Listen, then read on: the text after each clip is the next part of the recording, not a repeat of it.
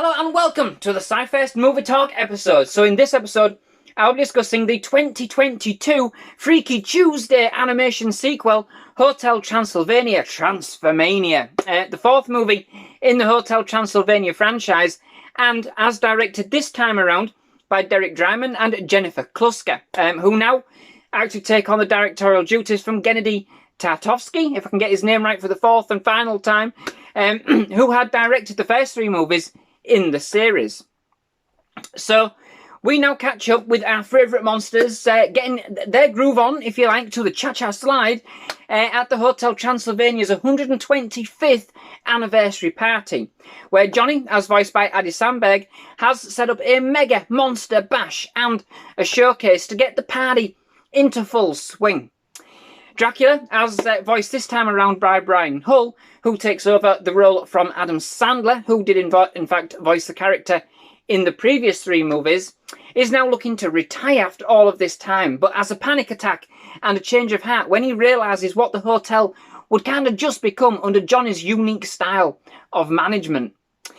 Not quite feeling part of the family and wanting so bad to be able to run the hotel with his wife, Dracula's daughter Mavis, of course, as voiced once again by Selena Gomez, Johnny takes drastic action and turns to Professor Abraham Van Helsing, as voiced again by Jim Gaffigan, to turn him into a monster using one of his crackpot inventions. The only thing is, Dracula and a bunch of the other monsters, well, they get turned into humans in the crossfire, and so the gang set forth on a madcap road trip to South America, yes, to retrieve a crystal used in the transformation device before the changes become permanent.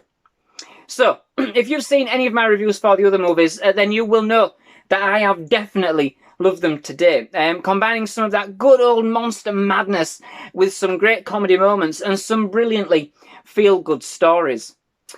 We were more than, excited to find that the fourth one was definitely on its way, and we have been waiting for so long to see this. And it certainly looked like it was gearing up to be one of the zaniest today. So when we found out that it would be on Amazon Prime, we got it in the treats, we snuggled up, and we popped open the Pringles.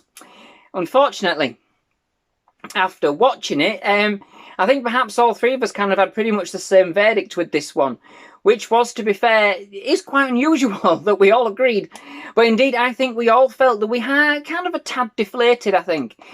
I mean, we had a good time with it for what it was and for what it ended up being, but it just felt like there was something missing. And I don't just really mean Adam Sandler or Genndy Tartakovsky. That kind of spark, that the characters had in the previous outings just kind of seemed to be missing for me. That kind of zest and kind of fast-paced banter that we'd kind of come to love from the series was kind of almost absent. There was a few giggles to be had. I can't lie. If the family's watching, I did have a giggle or two. Some moments certainly entertained. The others in the series, however, they had me in hysterics. It was certainly a colourful and well-meaning story. It just didn't use its characters to full effect. Some not at all, and most were kind of literally just along for the ride. There wasn't this kind of the energy, between the characters, that zing that was ever so present in the previous entries. Most of the characters had very little to do overall. The only one that I would say that was even half the way to being anywhere close to their former self was Blobby. And he spent most of the time as a jelly. I like the film's idea. Its ideas. I like its message. It's still fairly fun and funky. And I'm sure that a younger audience would certainly love the antics this time around. But these were much more slapstick and situational than they were kind of paying to each of the monsters' traits like they had done previously. But for me, I think, personally, it just wasn't zany enough. This should have been mad professor stuff. The premise of monsters becoming human wasn't explored in any kind of great depth. Sure, again, there were a few laughs, but this should have been a comedy goldmine, given what we've kind of had from these characters in the past. You kind of get the feeling that with all the changes that occurred to the cast and the production kind of surrounding the film, that those that were left couldn't simply be bothered. Now, I know that sounds harsh, I do. there are some treats to be had with it, and it is well worth a watch. Don't get me wrong. Like I've said, Blobby, top form. And Jim Gaffigan is excellent as Van Helsing, getting right into that mad scientist mode. It was kind of nice to see that how he'd kind of become accepted after being, you know, the main antagonist from the third movie.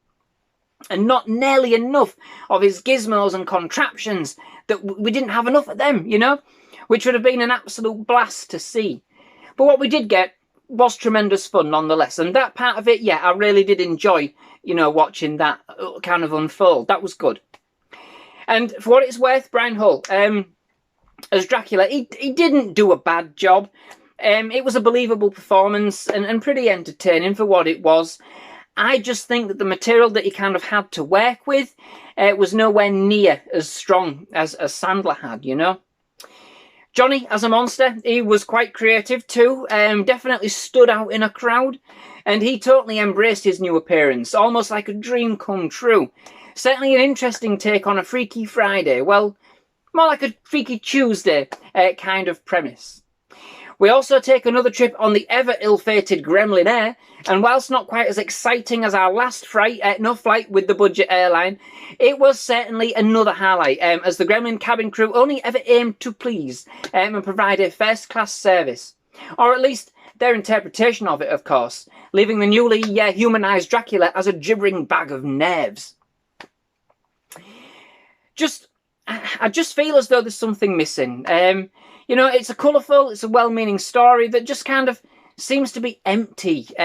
Not as, you know, as full or as fast with the jokes or the references this time around. Overall, the film is certainly, it has an interesting concept, with the potential to be one of the zaniest monster mashups to date. Humans becoming monsters, monsters becoming human. How mad is that? However, sadly, it did not make the best use of its idea, its direction, nor indeed the talent that remained to carry this franchise forward. It's a decent story, a well-meaning one. Its heart's in the right place, which is, you know, but I think it's one that's kind of proving that the franchise is perhaps running out of steam. It doesn't have the same kind of energy or zest as its predecessors, even when the monsters are trying to bust a groove, you know? It's really missing that kind of clever play on the monsters themselves and the banter that they had with each other that kind of became so endearing about the series. Not without its charm, at certain points, it's certainly not the cleverest of the bunch. I wouldn't say that it was the best outing that the monsters kind of could have had for our kind of supposed final trip, you know, to this hotel, Transylvania. So, that brings me to the end of this episode. Many thanks for watching. I do hope you've enjoyed it. If you have, please leave a like. Please do hit that subscribe button for more movie reviews, trailer reactions, and other movie-related content. Absolutely loved having you here at SciFirst MovieTalk, and definitely love to have you back. Most of all, just thank you very much for watching. Goodbye.